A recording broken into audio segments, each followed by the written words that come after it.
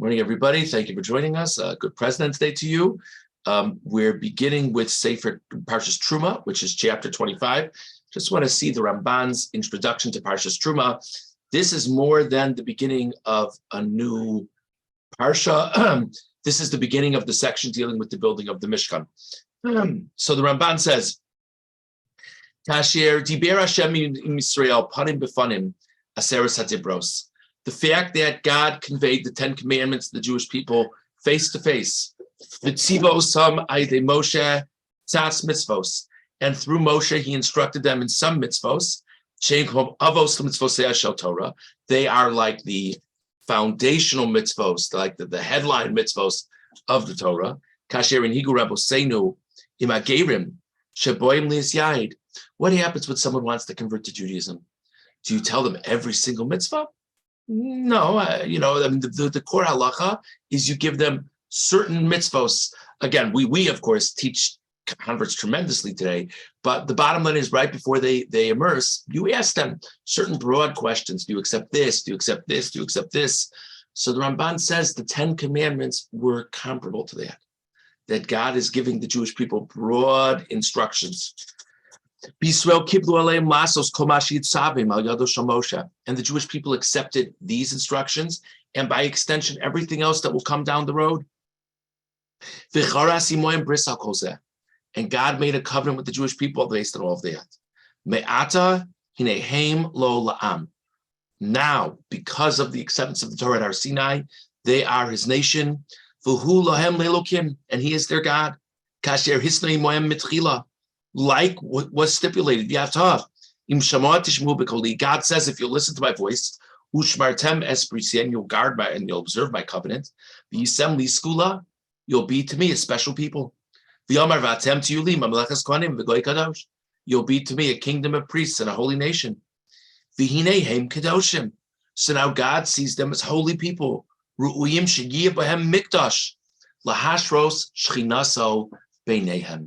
Now that they've accepted God's Torah, now that they have this covenant, they are a people of sanctity.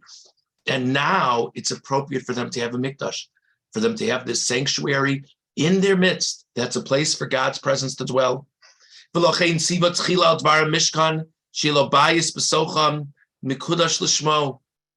the first concrete instruction after the acceptance of the Torah is we need to make a mishkan, that there should be this house within them, designated to God. V'sham yidaber Moshe, and in that place God would speak to Moshe. V'yitzavas b'nei Yisrael, and by extension extend commandments to the Jewish people. V'nei ikar hachayvetz b'mishkan hu makom menuchas hashchina. The primary function of the Mishkan is to be a place for the divine presence to dwell. Shehu ha'aron. The specific place within the Mishkan that was the site from which the divine presence would dwell was the Aron, the Ark. God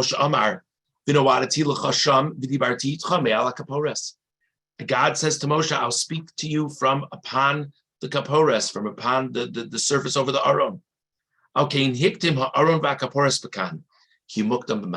That's why the first vessels discussed here in this Parsha are the Aron and the Kapores. There was an accompaniment to the Aron, because they are the most important. Shem Kalim Kamohu. After discussing the Aron, it discusses the table, it discusses the menorah, that they are also important vessels. V'yoral Inyan HaMishkan Shabavuram Naseh.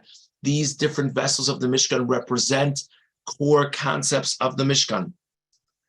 Ava Moshe Hiktim B'Parshas Vayakeles Mishkan is Olo Esmechseyu Pchenas V'Tzalel Fisha Roy Lakadim B'Maseh.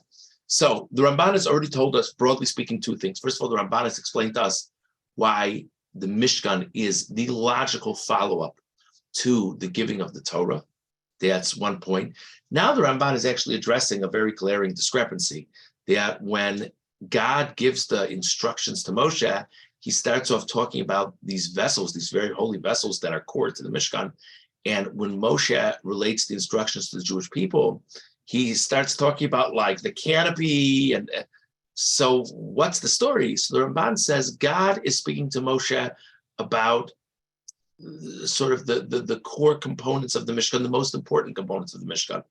Moshe, when he's speaking to the people, he's speaking to them about the sequence of what should be done. So, and this was this famous medrash that before you build the vessels, you need to build the place that the vessels will go. Visoda Mishkanu, the central idea of the Mishkan is Shia Kavod Sheshachan al Har Sinai, Shochen Alav Benistar. That same glory of God that dwelled in such an open way on Sinai should dwell upon the Mishkan in a hidden manner. It says in the pasuk that the glory of God resided on Har Sinai. So there's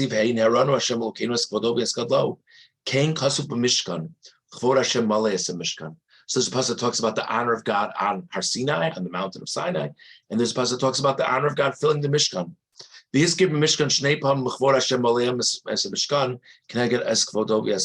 I think we've seen enough of this Rambam, but it's very interesting, just gives us a context.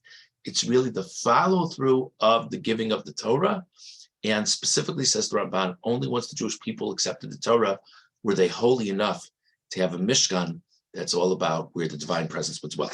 Okay, let's jump ahead to verse 9.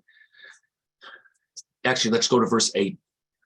God has told Moshe that the Jewish people need to make donations, donate all kinds of fine materials and metals, etc., for the building of the Mishkan. And now in verse 8, it says, Vasuli Mikdash, they should make for me a sanctuary. Shachanti b'socham, I will dwell within their midst. Verse 9, and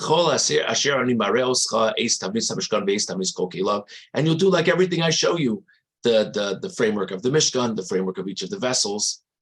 V'chein tasu, and so you shall do. That last phrase, v'chein tasu, so you shall do, is very difficult to understand what it's adding to the picture. Verse 8 began, you should make this for me. And then he says in verse 9, and I'm going to show you all the things. And then verse 9 ends up, and so you should make. Right, that was the verb in verse 8. We get it, we're making. So why is that to see it? And so you should do. Let's see the Ramban on Pasuk Tes. V'chein tasu l'doros. The added instruction of saying so you should do is for all generations. Im ye'avei decha min hakelim, o k'shetasu kli beis olam k'gon shulchanos u'menoros v'gyaros u'mechonos she'asa Shlomo k'tavnis elu tasu osam. So he starts off by citing Rashi, and Rashi is a very interesting thing. V'chein tasu, so you shall do, which is seemingly extraneous, is teaching that if ever any of these vessels ever need to be replaced, you need to do them in the exact same way that I'm instructing you in this parsha. And he says, and this matter came up with Shlomo Melech. Then when Shlomo Melech builds things for the base of Mikdash, it's with the same general framework. Rashi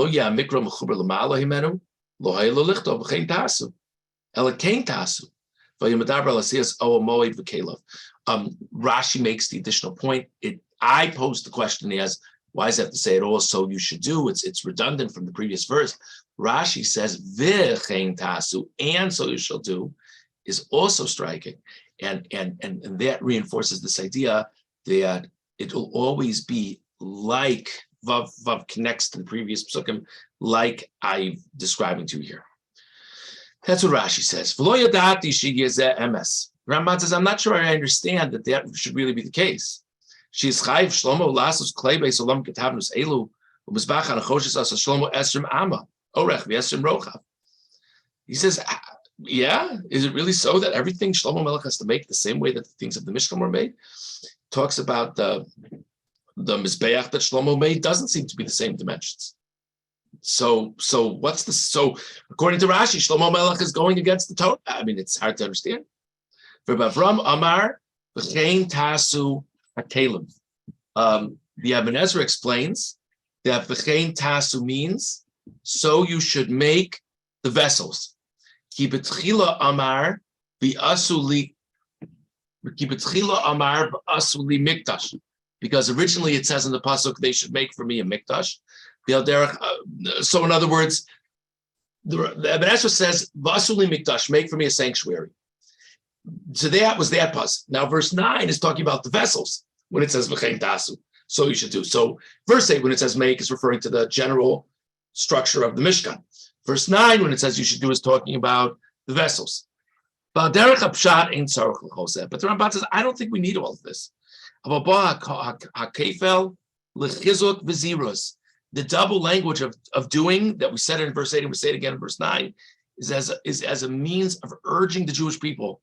Amar v'asuli mikdash, they should make for me a sanctuary. Bayis v'kelim ki mikdash melech ubeis mamlacha. They should make for me a house. They should make for me vessels like a sanctuary fit for a king. V'shachanti b'socham, and I should dwell in their midst. B'bayis u'b'kisei hakavar sheyasu lisham, in that house and that glory that they make for me there. And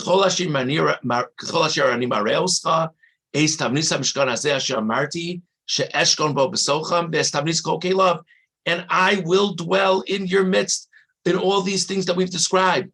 The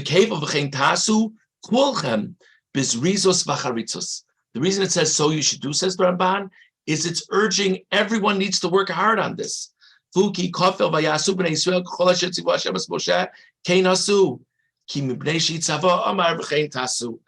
says we have this all over the place at the end of the book of Shmos, talking about the Mishkan, that as Moshe instructed them, so they did.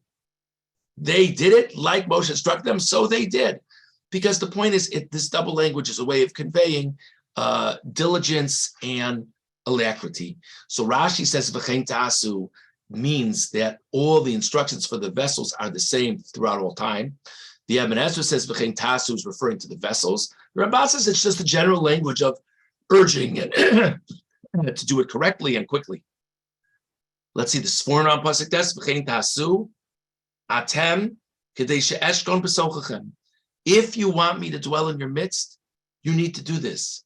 L'dabrimcha, if you want me to speak with you, or speak with your prophets, ulakabel tfilas v'avodas Yisrael, and to accept the prayers and the service of Klal Yisrael, you need to build this Mishkan. This connection with me is conditional upon a Mishkan being built.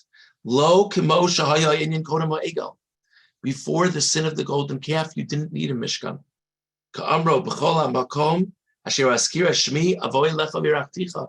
An earlier pasuk, God says, wherever my name is mentioned, I'll come to you and bless you. But the Sforno says, once they sinned with the golden calf, the rules changed. And now the only way they can have this special connection is through the Mishkan.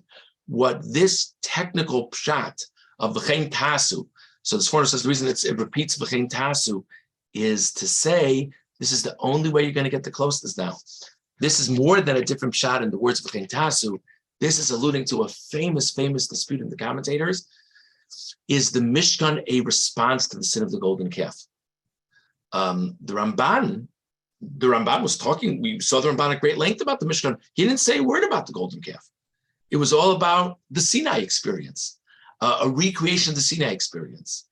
The Sforno says that it seems to imply that the idea of the Mishkan is as sort of an atonement for the golden calf, a reframing of the relationship because of the sin of the golden calf. As we go through these parshios, God willing, we'll see this issue come up numerous times. So we discussed this morning the Ramban's introduction to the concept of Mishkan, and we saw various Rishonim as to why it has to repeat the phrase at the end of verse 9, V'chein Tasu.